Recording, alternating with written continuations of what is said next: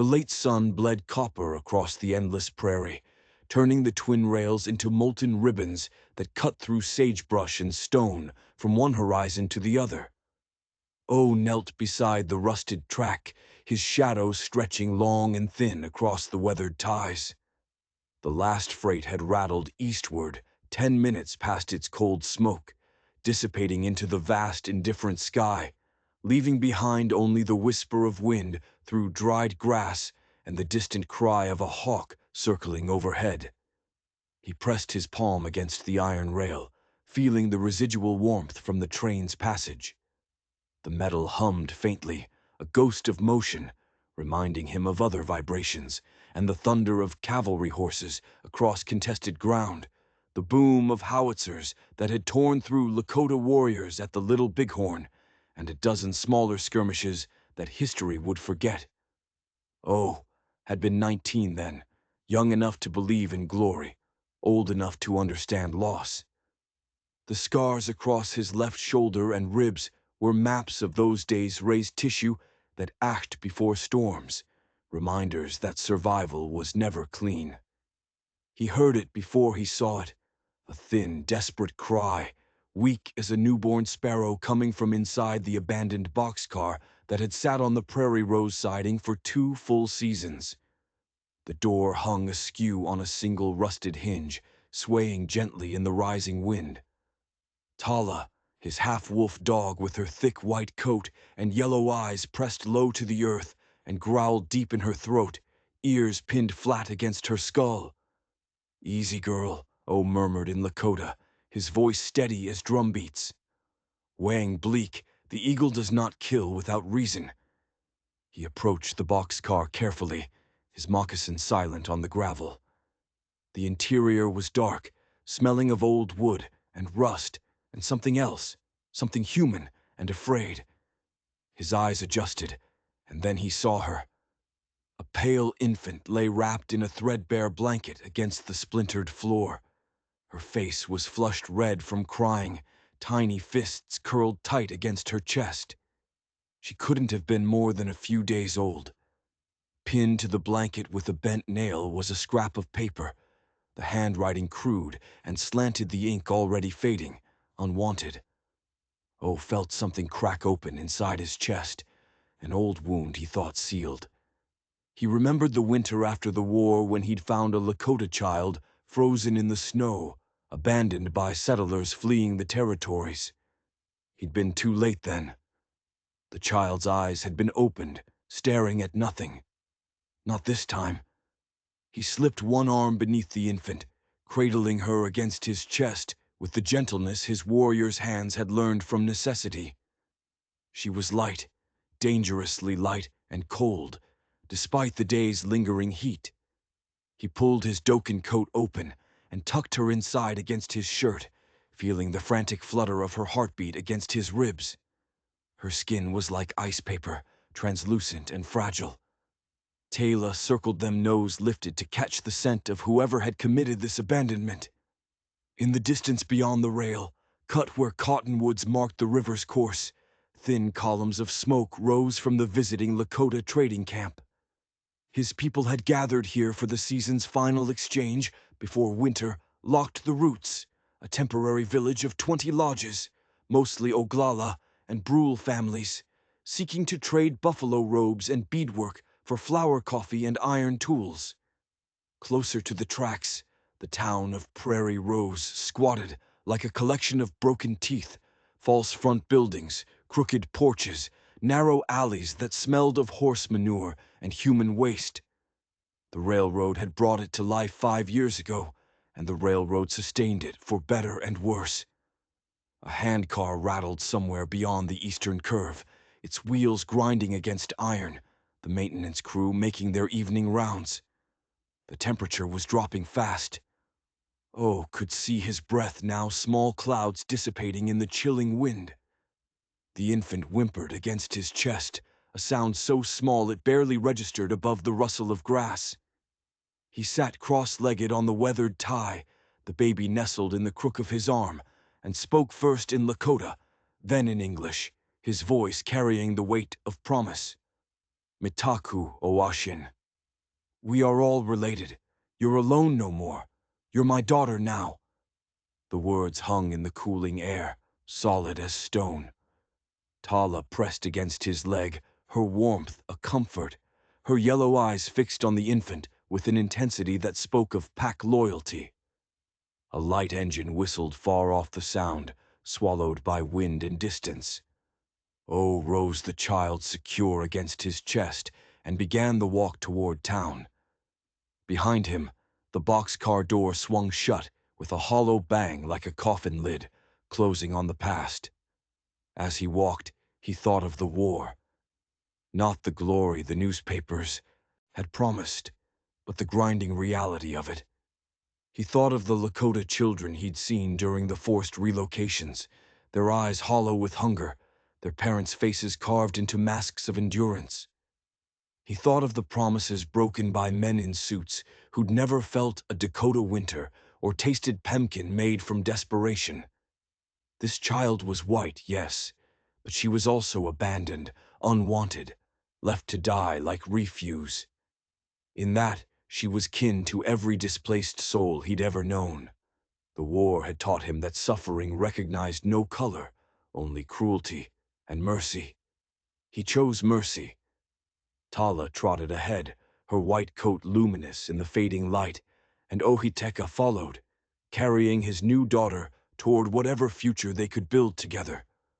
O was 26 years old, though his face carried the weight of a decade more. The Great Sioux War had ended officially 7 years ago, but its echoes reverberated through every interaction between red and white. He served now as a scout and mediator, walking the narrow, treacherous line between the Lakota camps that moved seasonally through the territories and the towns that sprouted like weeds along the railroad routes. His small cottonwood shelter stood near the river bend, a simple structure of poles and hides that could be dismantled in an hour if necessity demanded. He hunted modestly, mostly rabbits and prairie chickens, and traded intricate leatherwork for flour sugar coffee and the occasional sack of tobacco. Tala had been with him since she was a pup, the offspring of a gray wolf and a settler's Spitz-type farm dog. The Union had produced a creature caught between worlds, too wild for towns, too domesticated for the deep wilderness. She was wary of strangers, quick to warn of approaching danger, trained to track game and guard camp. Together they moved through a world that trusted neither red man nor wolf dog. Prairie Rose was a hard town in a hard country. The Great Western Line had brought money and ambition when the rails reached this far west 3 years ago. And with that prosperity came the inevitable companions of greed and cruelty. The land disputes were constant and vicious. Ranchers wanted free grazing routes across treaty lands. The railroad wanted expanded right-of-way to build more sidings and freight stations. And the Lakota camps wanted unmolested passage along the river corridors where their ancestors had traveled for generations beyond memory. The town itself consisted of perhaps 40 permanent structures, a general store, a blacksmith's forge, 2 saloons, a feed and grain warehouse, a tiny jailhouse, and scattered houses ranging from proper clapboard to lean-to shanties. The railroad depot dominated the eastern end of town, a 2-story building painted an optimistic yellow that had already faded to the color of old paper. There were good people in Prairie Rose, though they were often drowned out by the louder voices of ambition and prejudice.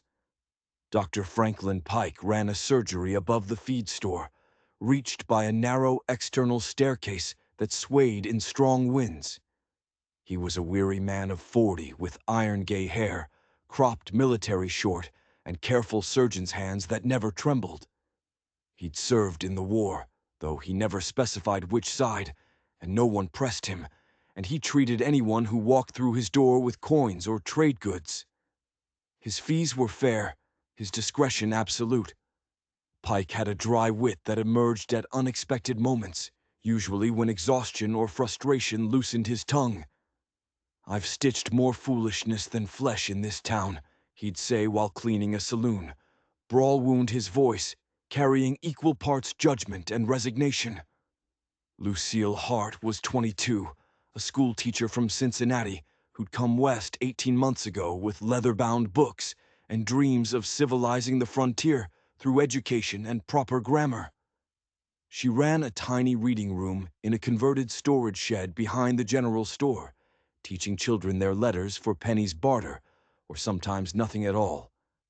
She had dark chestnut hair, always pinned in a tight bun, a sharp jawline that suggested stubbornness, and hazel eyes that missed nothing. She wore simple calico dresses in muted colors, proper but practical, and kept a small locket on a silver chain around her neck, though she never opened it where others could see. When speaking of education, her voice took on an almost missionary fervor. Literacy is liberation. Every child who learns to read gains a weapon against tyranny and ignorance. Cormac Doyle was an Irish widower-hour farmer of 50 dirt, poor but generous, who worked a failing claim 3 miles south of town.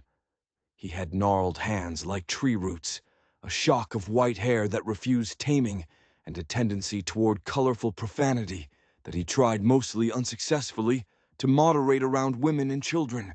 "Ah, blasted to hell and back," he'd mutter when his plow hit another stone, then glance around guilty. "Begging your pardon, Lord, but you did put an awful lot of rocks in this patch of earth." Despite his struggles, he still brought sacks of grain to the reading room for children whose families couldn't pay.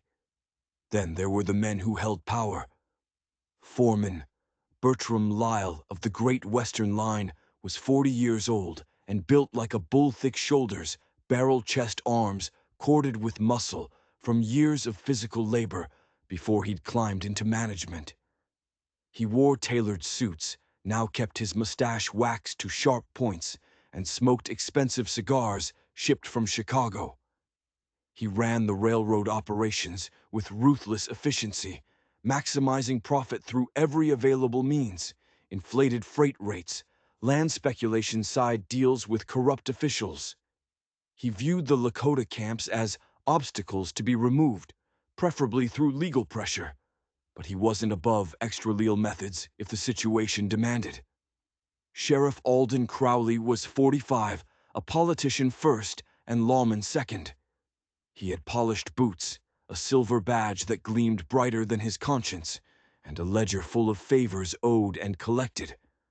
Unlike the stereotypical corrupt Sheriff, Crowley was intelligent, dangerously so. He kept meticulous records, spoke in measured tones, and cultivated an image of reasonable authority. He kept the peace when it suited him, breaking up saloon fights, arresting drunks, occasionally pursuing horse thieves. But he turned conveniently blind when money crossed his palm or when his benefactors requested discretion. His ambition extended beyond Prairie Rose. He saw the town as a stepping stone to territorial politics, perhaps even a seat in the legislature when statehood came. Together, Lyle and Crowley formed a partnership of mutual corruption. Lyle wanted the Lakota camp pushed beyond the rail cut to expand operations, and Crowley wanted the bribes that came with looking the other way. But Oko would later learn that Crowley's ambitions went deeper still. O carried the infant straight to Dr. Pike's surgery, moving quickly through the darkening streets. A few townsfolk glanced at him, some with curiosity, others with the flat-eyed hostility that he'd learned to expect, but no one stopped him. He climbed the external stairs, the wood creaking under his weight, and pushed through the door without knocking. Dr. Pike looked up from his desk, where he'd been writing in a leather-bound journal by lamplight. His spectacles slid down his nose as he frowned.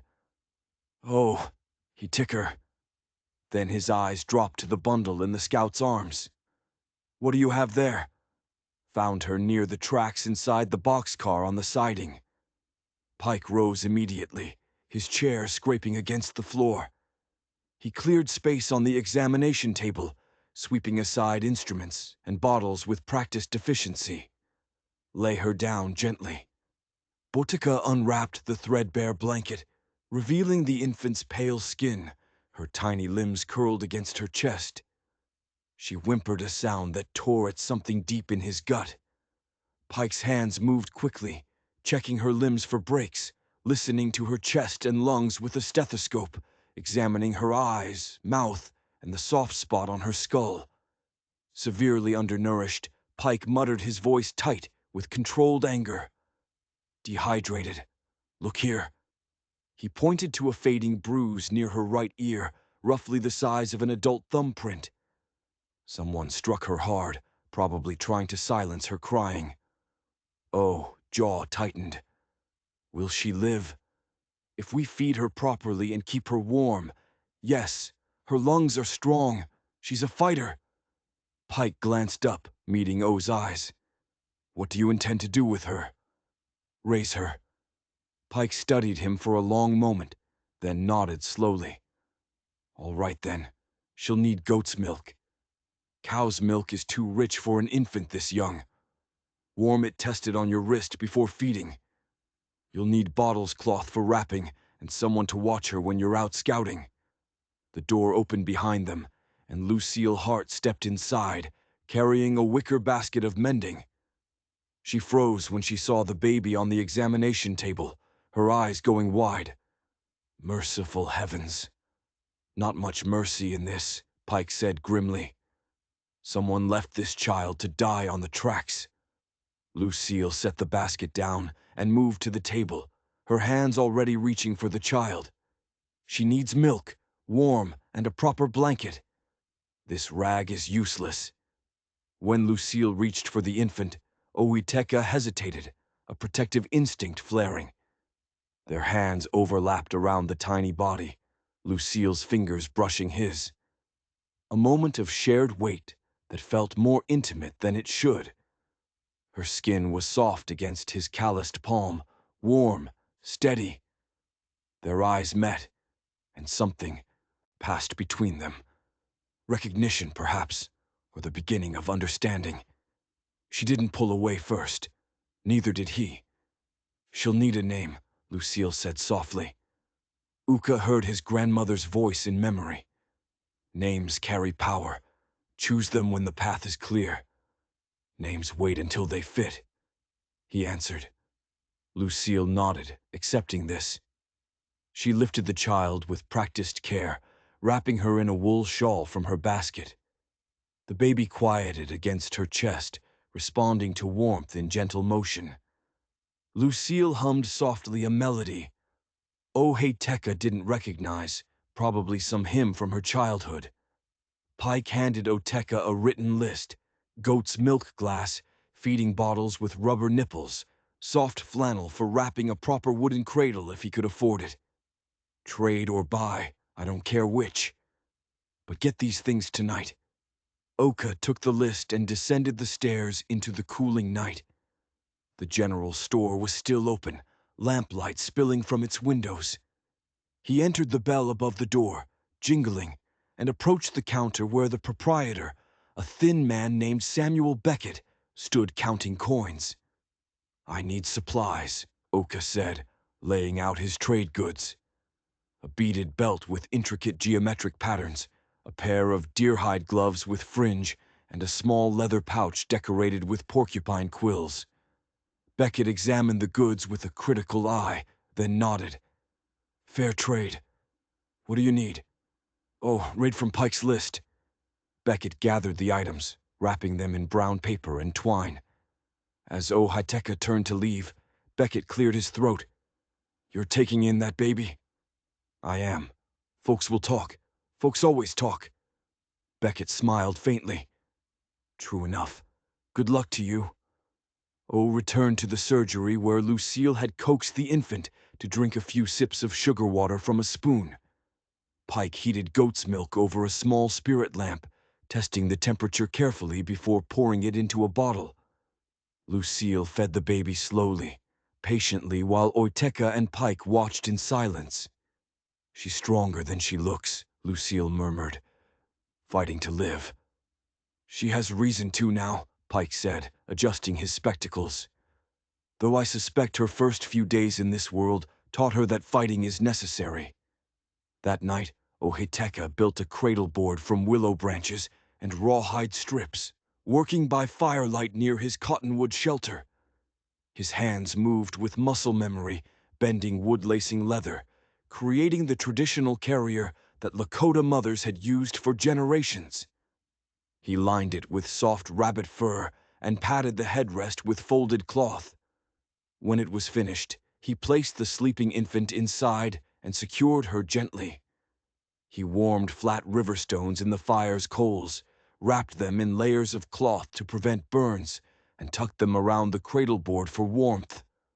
When the baby woke crying in the deep hours before dawn, he held her against his chest, feeling the frantic beat of her heart, and sang a Lakota lullaby his grandmother had taught him. Hawk Sheila Wang, Leela Wash, a child, very good. Angu King, Leela, the day is very good. Hung King, Leela Wash, the night is very good. The baby quieted, soothed by the rhythm of his voice and the warmth of his skin. Tala lay beside them, her body a white curve of protective warmth. Oika watched the stars wheel overhead and felt the weight of fatherhood settle into his bones, not his burden, but as purpose. By dawn, the infant was sleeping peacefully in the cradleboard, and Ohik sat outside Pike Surgery, exhausted but steady. The sun climbed, turning the sky from gray to rose to hard, bright blue. Lucille arrived carrying fresh goat's milk and a bundle of soft cotton cloth. "You didn't sleep," she observed. "Neither did you," he replied, noting the shadows under her eyes. She smiled faintly. "Fair point, may I?" She gestured to the space beside him on the wooden step. "Please." She sat close enough that he could smell the lavender soap she used and see the small ink stains on her fingers from grating slates. For a moment, neither spoke. The town was waking. A dog barked, a rooster crowed somewhere, a hammer rang against an anvil. "Someone left her to die," Lucille said finally, her voice tight with anger. "What kind of person does that? A desperate one or a cruel one? Maybe both. Do you think her mother is still alive?" "I don't know, but I'll find out." Lucille turned to study his face, her hazel eyes searching. How? By tracking the trail, finding where she came from. That could be dangerous. Most things worth doing are. She was quiet for a moment, then reached into her pocket and pulled out a pale green scarf embroidered with small white flowers along the edge. "Take this for the baby. Nights are growing colder." Oh accepted the scarf, their fingers brushing again. That same electric contact brief, but unmistakable. The fabric was soft, clearly well made, probably one of her few personal luxuries. "You're sure?" "I'm sure. Bring her back safely." "I will." Lucille hesitated, then added quietly, "And come back safely yourself, oh my." She paused, choosing words carefully. "The world needs more men like you, men who see a child suffering and choose to act." He met her eyes and saw something there beyond simple kindness, a recognition, perhaps, of shared values in a world that often rewarded the opposite. "Thank you, Miss Hart." "Lucille," she corrected. "Please, Lucille, then I'm just Uka. No titles needed." She smiled genuine this time, reaching her eyes. "Oh, it is." He rose the cradle board secure on his back and turned toward his shelter. But her voice stopped him once more. "Oh, Tekka, one more thing." She touched the locket at her throat, her expression clouding. "That locket I wear, it holds a picture of my cousin. She went west 2 years ago, seeking a better life through a matrimonial service. Estelle was her name, Estelle Hart. We lost contact after she reached the territories. If you find anything about the women who travel these routes, I'll let you know," he promised, noting how her voice had dropped when she spoke her cousin's name, the grief barely masked. She nodded, and he saw sorrow flicker across her face before she masked it with composure. "Thank you. Be safe." That night, a week after he'd found the infant, Ohite Tekka sat by a low fire near the river, with the baby strapped to his chest in the cradleboard. The flames crackled softly, sending sparks spiraling upward into the darkness. The temperature had dropped sharply after sunset winter's advance, scouts probing the prairie's defenses. Tala lay with her head on her paws, eyes half closed, ears swiveling at every distant sound. Suddenly, Tala's head snapped up. A growl rumbled deep in her throat, vibrating with warning. She stood, hackles raised, staring toward the abandoned boxcar on the siding. O rose smoothly, one hand on the knife at his belt. "Stay," he commanded in Lakota. "Yung Kong." He moved through the darkness with the silence his people had perfected over generations, boots making no sound on the frost-stiff grass. The boxcar door was open wider now, swaying in the rising wind with a rhythmic creak that sounded almost like breathing. He paused at the threshold, letting his eyes adjust to the deeper darkness within. Moonlight filtered through gaps in the roof, painting silver stripes across the interior. He stepped inside, scanning carefully. Blood, a small smear on the splintered floor, almost black in the dim light. He knelt, touching it with 2 fingers. Dried, but not old. A few days, maybe a week. Beside the bloodstain lay a carpet bag, the fabric torn. At one corner, the brass clasp broken. Oh, Tekka opened it carefully. Inside, a registry page from a mail-order bride agency, printed on cheap paper with fading ink. The header read Artland Matrimonial Services, Dry River Territory, connecting refined ladies with frontier gentlemen since 1867. A list of women's names ran down the left side of the page, each paired with a date, a destination, and a sum of money. Most entries were crossed out with heavy black ink. His finger traced down the list, stopping at one name that wasn't crossed out. Estelle Hart Prairie Rose, $47 wired. Hart, the same surname as Lucille. His chest tightened. Tucked deeper in the bag was a pale blue ribbon silk with delicate initials stitched in white thread, HH. The needlework was exquisite, tiny, careful stitches that spoke of patience and skill, the kind taught to young women of means in finishing schools back east. And beneath it, a second note, different handwriting from the unwanted message this one, sharp, angular, businesslike deliver by Dawn Prairie Rose Siding. Usual terms. Ohitkika folded the note and registry page, carefully slipping them into his leather pouch. The ribbon he held for a moment, studying the embroidery in the moonlight.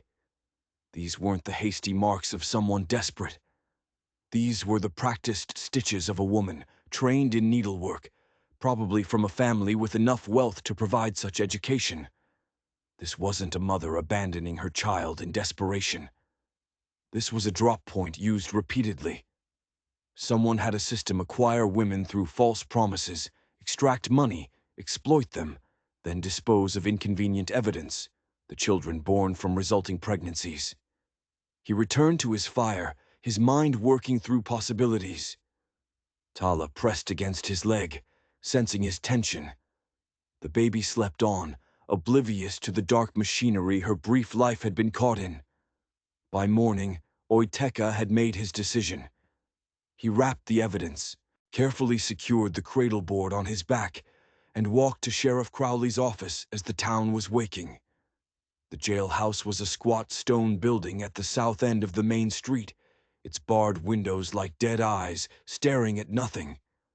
Crowley sat behind his desk boots, propped on the scarred wood, a tin cup of coffee steaming in one hand. He was reading a week-old newspaper from Cheyenne, his silver badge catching the lamplight. He glanced up as O entered, his expression shifting from boredom to barely concealed irritation.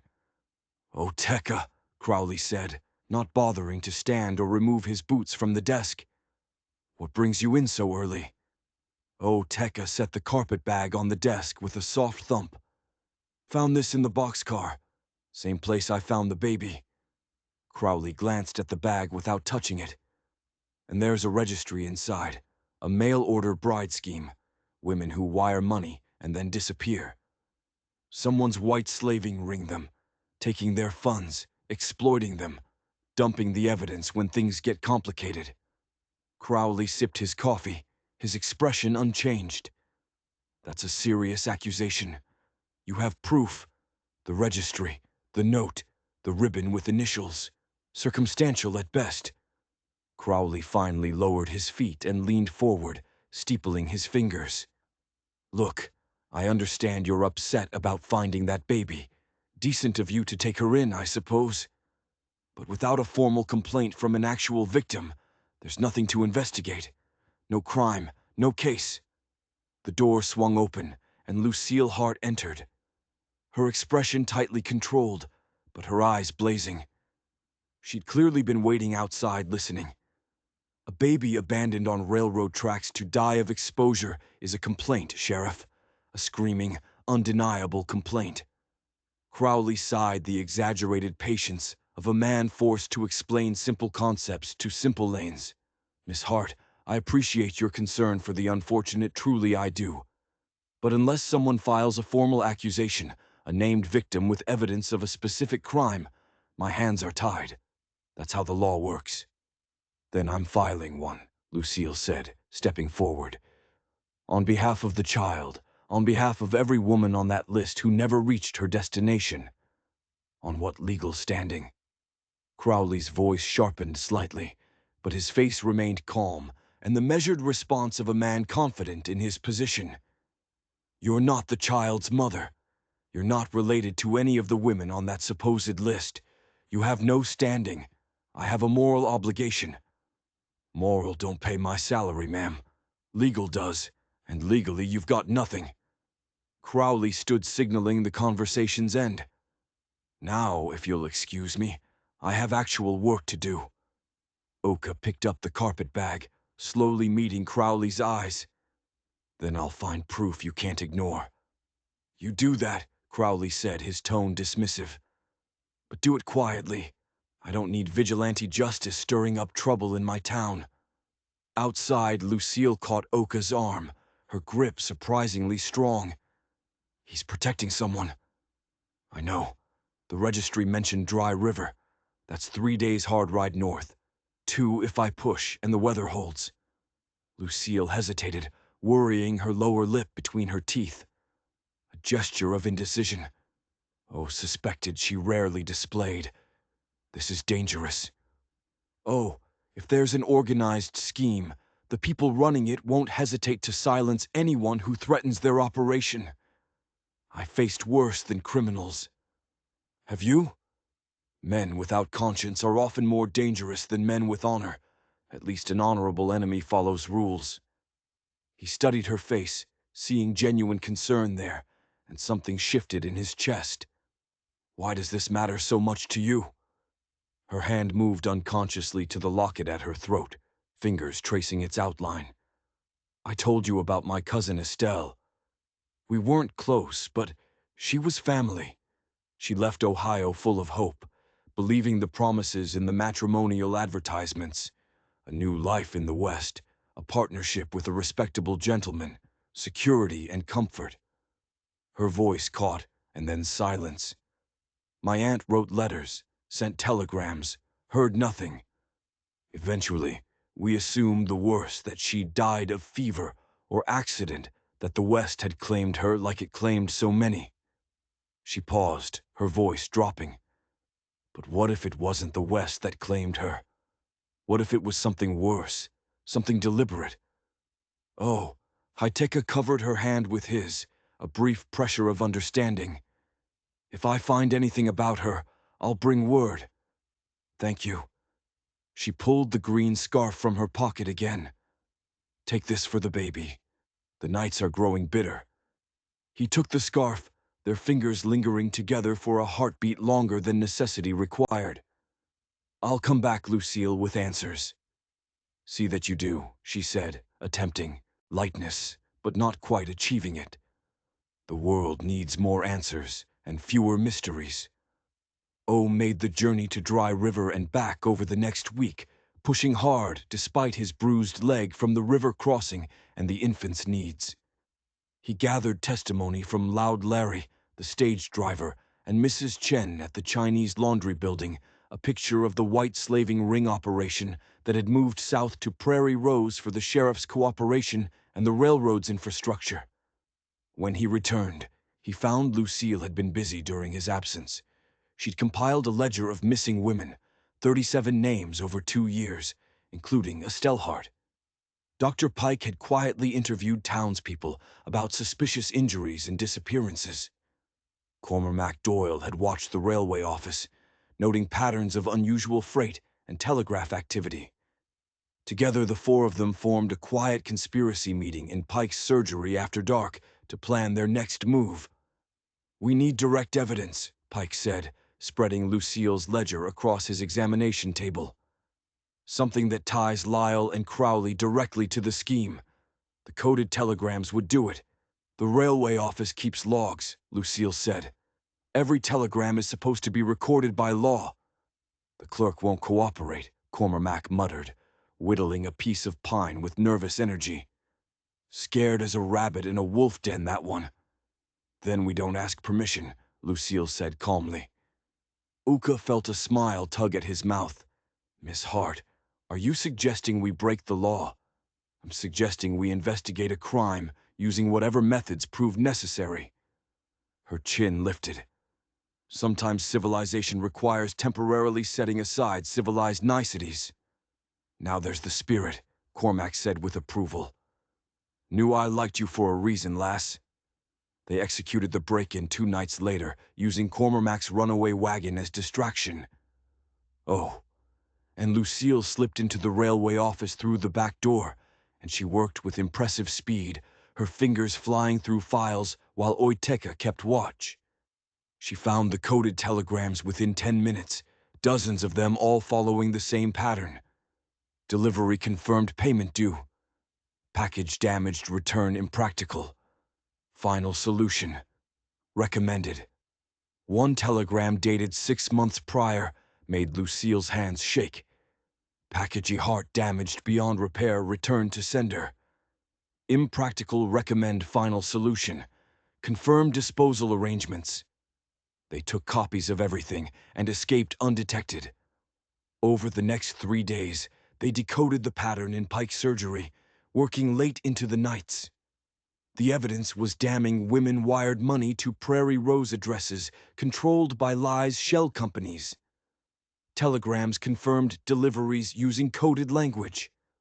Problems were noted when women resisted or became pregnant, and disposals were arranged through pure business-like messages. "We take this to Judge John. Pike said he's honest. He'll act. Jan's on circuit. Lucille said won't be back for 3 days." But before they could reach the judge, Sheriff Crowley arrested Oiteka on fabricated charges: assault on railway officials, disturbing the peace, theft of railway property. They threw him into the jail cell, a small stone room with a single barred window. Crowley personally searched him, confiscating the copies of the telegrams he'd been carrying. "Evidence," Crowley said, waving the papers mockingly. "I'll keep these real safe, locked up tight where no one can find them." But Crowley made a crucial mistake. He didn't know Pike still had the originals. Lucille visited that afternoon with food slipping a tin plate through the bars.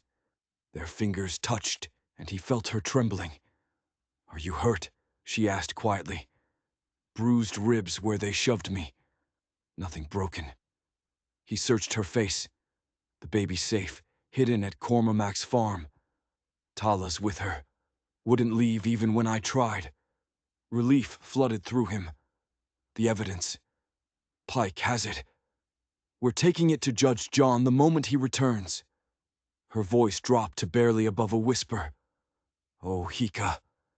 I heard Crowley talking to those bounty hunters. He plans to hand you over tonight. They'll claim you resisted. Shoot you, call it self-defense." He moved closer to the bars, covering her hands with his.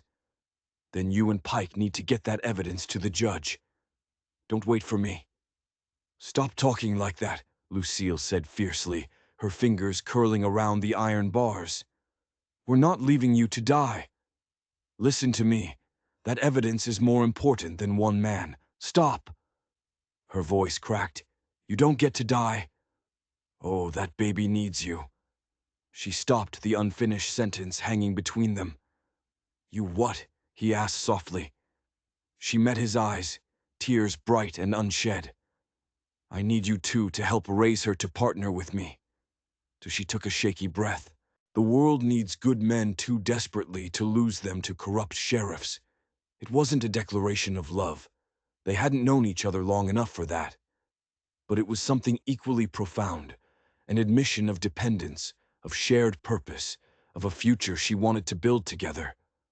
"I'll come back," he promised, squeezing her hands. "Wansby, I promise."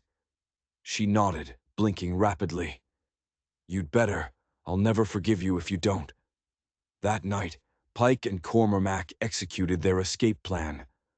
While Pike distracted the deputy with a medical examination, Cormac worked at the crumbling rear wall, prying loose boards.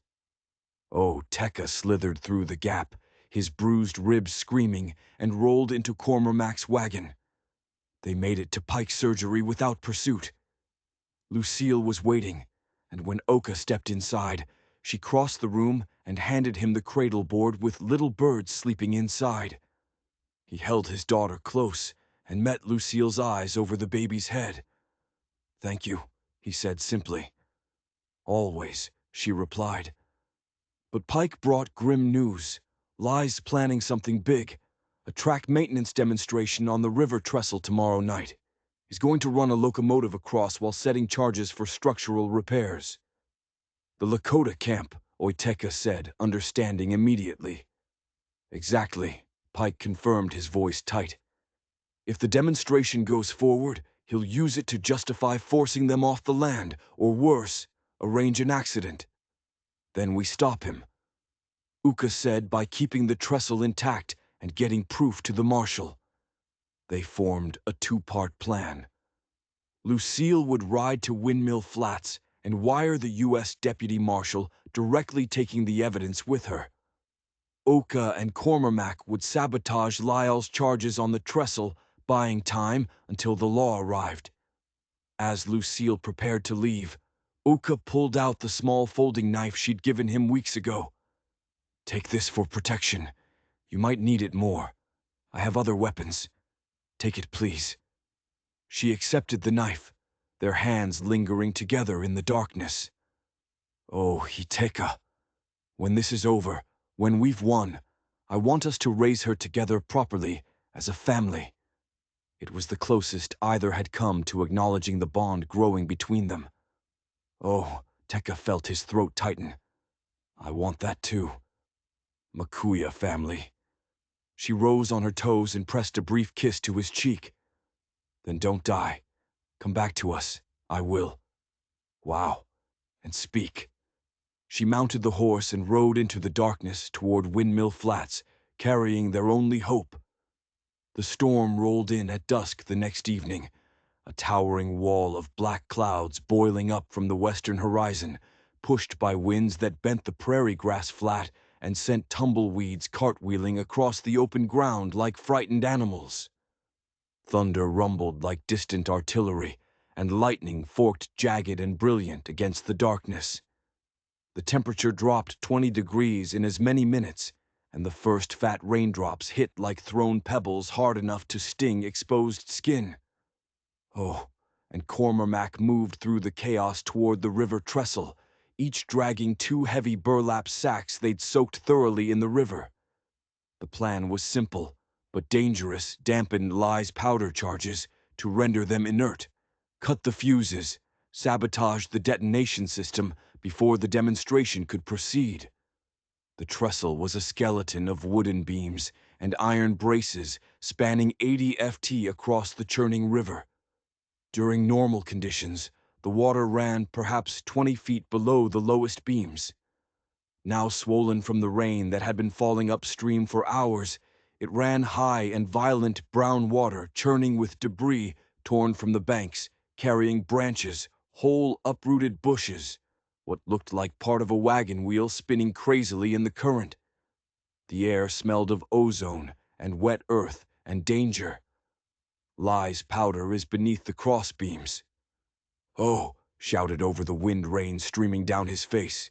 "We dampen it, cut the fuses. He's got nothing."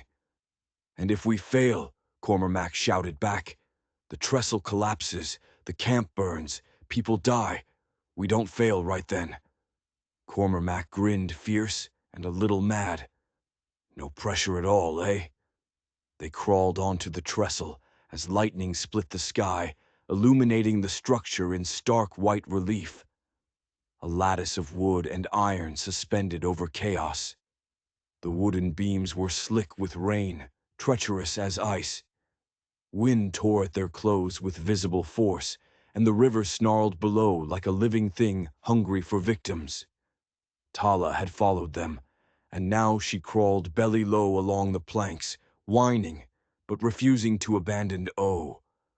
O reached the first powder charge, a bundle wrapped in a waxed canvas and secured to the underside of a crossbeam with rope.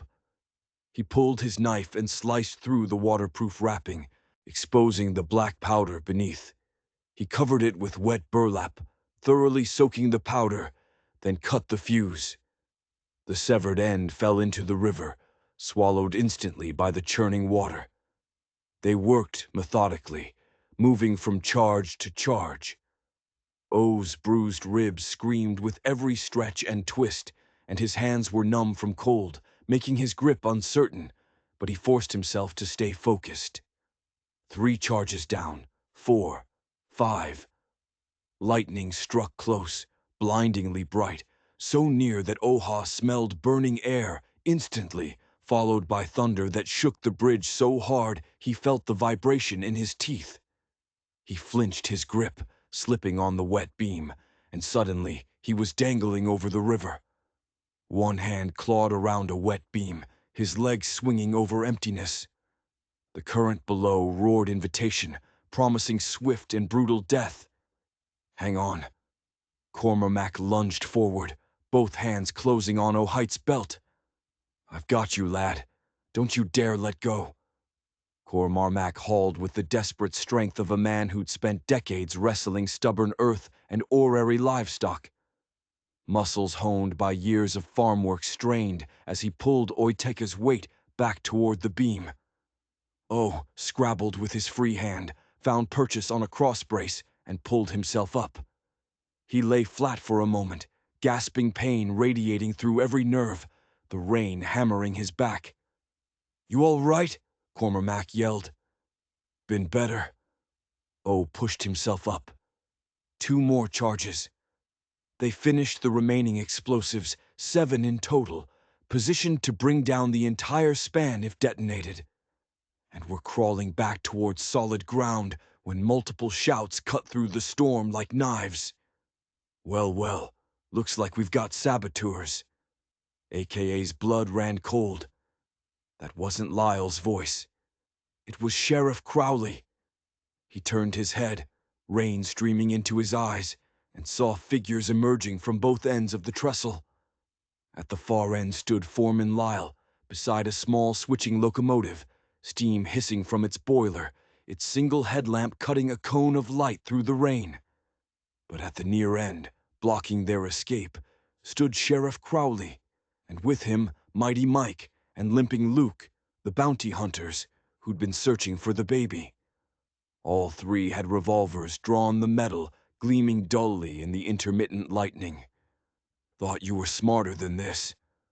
"Oh, Hite." Crowley called, his voice carrying easily despite the storm. He sounded almost amused, confident. "Thought you'd run. Instead, you've made this remarkably convenient." "Crowley." Lyle's voice boomed from the far end. "What the hell are you doing here?" "Same thing you are, Bertram," Crowley shouted back. "Protecting my investment. Except you've become a liability." Nor Oha understood with sickening clarity this was Crowley's play. The sheriff hadn't come to stop Lyle or help him. Crowley had come to eliminate. Everyone let Lyle and Oteka fight each other in the chaos, then finish off whoever survived. With both dead, Crowley could claim he'd killed a criminal. Oh, and that Lyle had died in a tragic accident. The white slaving ring operation would become Crowley's alone to control. "You backstabbing snake!" Lyle roared, climbing into the locomotive's cab. "I made you, and now I'm remaking myself." Crowley fired toward Lyle, the shot going wide, but making his intentions clear. Lyle opened the locomotive's throttle with a savage yank. The engine lurched forward with a shriek of steam wheels grinding wet rails. Oh, and Cormac were trapped in the middle Crowley and two armed killers behind them. A runaway locomotive bearing down from ahead, the raging river beneath. "What's the play, lad?" Cormac yelled, his back pressed to Ohas. "Survive," Uka said grimly. "Whatever it takes." Mighty Mike fired first the bullet, whining past Oteka's ear. He dove flat, grabbing the pry bar, still wedged in his belt from earlier work. Cormac rolled sideways, pulling a hatchet from his coat of farmer's tool, but deadly enough at close range. The trestle became a battlefield of chaos and calculated violence. AKA knew he couldn't win through strength, not against 3 guns, but he could use the storm, the unstable footing, the poor visibility. He could use their greed against them. He scrambled along the beam toward the locomotive, staying low. Lyle saw him and fired wildly from the cab, but the motion of the train and the rain made aim impossible. The bullet sparked off iron bracing. Behind him, Cormac engaged the bounty hunters, swinging his hatchet in tight arcs that forced them to move carefully on the slick beams. "Come on then," Cormac roared. "Let's see if you can fight something that fights back." Crowley held back, letting his hired guns take the risk, his revolver, tracking movements with cold calculation. The locomotive was 20 FT away, now 15, grinding forward. Oteka reached the warped section where he'd planted the pry bar earlier. With desperate speed, he levered the iron plate loose, not to derail the train yet, but to create an obstacle. The front wheels hit the gap and shrieked protest, the locomotive slowing, but not stopping. Lyle opened the throttle wider, and the engine ground forward with catastrophic momentum. Ohitkika used the distraction. He grabbed a loose crossbrace rotten wood barely attached and hurled it at limping Luke. The board caught the bounty hunter across the shins, and Luke stumbled backward with a curse, his foot slipping off the beam. He fell with a scream that was swallowed by the river. "Luke!" Mike roared, turning toward where his partner had fallen. It was the opening Cormac needed. He lunged forward and drove the hatchet into Mike's gun arm. The big man howled, his revolver clattering away into the darkness, and Cormac shoved him hard. Mighty Mike went over the side, his scream cutting off abruptly as the current took him. But Crowley was smarter than his hired guns. He'd moved during the chaos, positioning himself behind a support pillar, using it for cover. Now he emerged revolver level, aimed at Oteka. "End of the line," Scout Crowley said, his voice eerily calm despite the storm. "You should have stayed out of white man's business." The locomotive bore down 5 FT from Oteka, now its headlamp blinding. He had seconds to decide, face Crowley's gun or the train. He chose neither. Oteka dove sideways off the beam, grabbing a lower crossbrace with both hands and swinging underneath the trestle like an acrobat. His wounded shoulders screamed, and his grip was slippery with rain, but he held on. Crowley fired, but the bullet hit where Oteka had been splintering wood. The locomotive ground passed overhead. Lyle hunched in the cab, and Oteka saw his chance. As the engine passed, he swung back up onto the main beam behind it, using the train itself as cover between him and Crowley. Lyle saw him and screamed with rage, trying to turn in the confined cab. But O'Hite was faster. He planted the pry bar into another cracked tie directly under the locomotive's rear wheels and levered with all his remaining strength. The tie gave way with a crack like a gunshot. The rear wheels lost purchase, and the locomotive's back ended sideways with a horrifying grinding sound. The engine tilted at a 45-degree angle, wheels spinning uselessly, and came to a shuddering halt halfway across the trestle. Lai scrambled along the tilted boiler boots, slipping on wet metal, his face purple with rage. "This is my railroad, my operation. You're nothing but a savage who—" His words cut off as Cormac appeared from the other side and swung his hatchet. The blade buried itself in the locomotive steam valve. Superheated steam exploded outward in a geyser, and Lyle screamed, throwing his arms up to protect his face. The blast caught him full on, and he stumbled backward off the tilted boiler. He fell 15 ft and slammed into a support beam before gravity took him the rest of the way into the river. The current swallowed him immediately. "One down!" Cormac yelled. But Crowley was already moving, circling around the caned locomotive, his revolver steady. "Impressive," he called. "But you're both exhausted, and I still have bullets. How long can you keep this up?" Aka met Cormac's eyes. The Irishman was bleeding from a cut across his forehead, his breath coming in ragged gasps. They were at their limit. Tala suddenly barked sharp urgent from the far end of the trestle. Oh, Tekka glanced that direction and saw movement. Riders approaching through the rain. "You hear that, Crowley?" Oh shouted. "That's the marshal.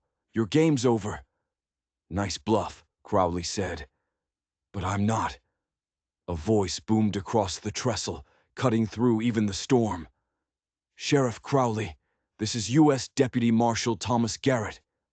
Throw down your weapon and surrender." Crowley's face went white, then flushed with fury. He spun toward the approaching riders. There were at least a dozen of them, led by a man wearing a marshal's badge that caught the lightning flashes. And at the front, riding like vengeance itself, was Lucille Hart. Crowley made his decision in an instant. Instead of surrendering, he raised his revolver and fired at the marshal's party, a desperate, futile gesture.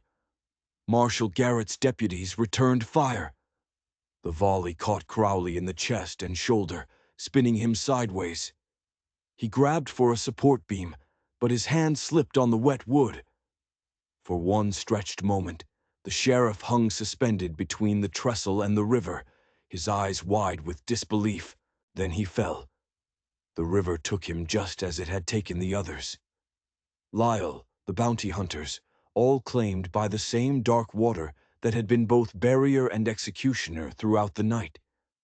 Ohika collapsed onto the beam, every muscle shaking, pain radiating from his shoulder and ribs in waves. Cormac crawled over and sat beside him, bleeding and exhausted, but alive. "We did it," Cormac said wonderingly. Rain streaming down his face. Sweet, merciful. "We actually did it." "We did." "Oh," Tekka agreed, his voice barely above a whisper. The marshal's party reached the trestle, and Lucille dismounted before her horse had fully stopped. She ran to the edge, her eyes scanning frantically until she spotted them. "You're alive," she breathed. And the relief in her voice was so profound, it made Oitka's chest ache. "Barely," Cormac muttered. "But we'll take it." They didn't make it back to town that night. Oita's shoulder wound had reopened, bleeding steadily, and Cormac's head injury was worse than he'd admitted. A deep gash that Pike would later say had come within inches of fracturing his skull. Marshal Garrett's men helped them off the trestle and back to Prairie Rose, but by the time they reached Dr. Pike's surgery, both men were barely conscious. Pike took one look at them and started barking orders. "Lucille, get water boiling. Judge John, I need your help holding him down, and this is going to hurt. Marshal, your men can secure the town, but everyone else needs to get out of my surgery now."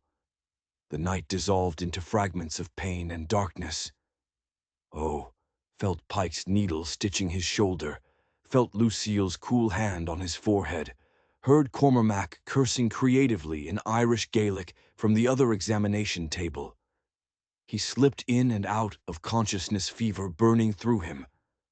At some point, hours later, or maybe minutes, he couldn't tell, he heard Lucille's voice close to his ear. "Don't you dare die on me now. Not after everything. We have a daughter to raise. Remember you promised." "Once be you said." He tried to answer, but darkness claimed him again. He woke to pale morning light filtering through Pike's surgery windows. His shoulder throbbed with a steady, bearable ache, the kind that meant healing rather than infection. Cormac sat in a chair against the far wall, his head wrapped in bandages, snoring softly. Lucille sat beside O's bed, the cradleboard with little Bird in her lap. She'd been dozing but woke when he stirred, her eyes snapping open. "You're awake," she said, and her voice broke slightly on the words. "I am." His throat was dry, the words coming out as a rasp. She helped him drink water, holding the cup steady while he sipped. When he finished, she set it aside and just looked at him, her eyes bright with unshed tears. "You scared me," she said finally. "Both of you," Pike said, "if we'd been an hour later bringing you in. But you weren't." He reached up with his good hand and covered hers. "You rode through a storm to save us. You got through." "I made it to Windmill Flats by dawn," she said. "Sent the wire directly to Marshal Garrett. He was already investigating reports of white slaving ring in the territories. Our evidence gave him everything he needed for warrants. He mobilized immediately. The evidence still with the marshal, more than enough to prosecute the entire operation. They've already arrested 7 people connected to the scheme." She paused. "The bodies, Lyle, Crowley, the bounty hunters. They found them downstream this morning, snagged in a deadfall." "Oh," nodded slowly. "Justice delivered by the river. How long have I been here?" "A day and a night. It's morning now, the 2nd day after the storm." She squeezed his hand. "Oh, there's something you need to know. While you were unconscious, a woman arrived from Cedar Falls. Margaret Holloway. She runs a women's refuge." Lucille's voice caught slightly. "She brought Estelle's belongings. My cousin died 6 months ago in a rooming house from fever. She was pregnant when she died. The baby is hers. That telegram we found, package E, heart damaged beyond repair. They were talking about Estelle after she died. Someone from the scheme took her baby and dumped it on the tracks to eliminate evidence." Ohitkika absorbed this feeling. The pieces finally lock into place. "Then little Bird is your blood." "Yes." Tears spilled down Lucille's cheeks. "My cousin's daughter. The baby Estelle wanted, but never got to hold." She looked down at the sleeping infant. Margaret brought Estelle's journal. The last entry said, "If my baby lives, tell her I tried. Tell her I wanted her. Tell her she was never unwanted." "She's wanted now," O said firmly. "By both of us." Lucille nodded, wiping her eyes. "Margaret's staying in town for a few more days. She wants to meet with us to make sure the guardianship is properly established. That little Bird will be safe and loved. She will be." O said, "We'll make sure of it." 3 days later, when O could finally walk without assistance, they stood before Judge Obadiah John in the small courthouse. Margaret Holloway sat in the front row as witness. The guardianship papers were signed first, making both Ohitka and Lucille legal guardians of Estelle Littlebird, daughter of Estelle Hart, deceased. But they didn't stop there. "There's a precedent," Judge John said carefully, looking at them over his spectacles, "for common law arrangements in frontier territories. If 2 people live together, present themselves as married, share resources and responsibilities, the law recognizes that as a binding relationship." He drew out another form. This is an entry in the county record acknowledging a common law union recognized under territorial law. It provides legal protections for both parties and any children in the household. It's not traditional marriage, but it's binding and legal. Oh, and Lucille signed together their hands, overlapping on the pen. Dr. Pike and Cormac witnessed Cormac still wearing his head bandages, but grinning broadly. "You've earned this," Judge John said, simply shaking both their hands. "The partnership and the family. Go build something good." The trials took 3 weeks. Marshal Garrett prosecuted with territorial authority, and the evidence was overwhelming. 2 men were hanged for murder, the brokers who directly killed women trying to escape. The others received 15 to 20 years in the territorial prison, with financial restitution ordered for victims' families. The Lakota camp remained by the river, their presence now protected by official decree. The elders sent gifts, a decorated cradleboard, soft deerhide wrappings for the baby, and a new bow carved from Osage orange. They called little bird Wapikinga, New Star, because she represented hope born from darkness. Oh, and Lucille established a routine, mornings at his shelter by the river, where he taught the baby Lakota songs and worked his leather. Afternoons at Lucille's reading room, where she taught and he helped with repairs. Evenings shared between Pike's surgery, Cormac's farm, and their own small space.